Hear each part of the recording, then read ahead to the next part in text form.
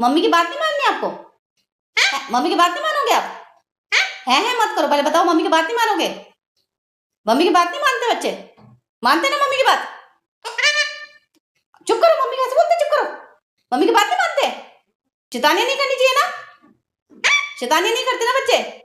पहले एक बात जवाब दो मम्मी को, है मत करो, उसके अलावा कोई जवाब दो। आपको है करना आता है, उसके अलावा बातें आती है ना आपको, सब बहुत सारी बातें बनानी आती है ना आपको, जल्दी बताओ।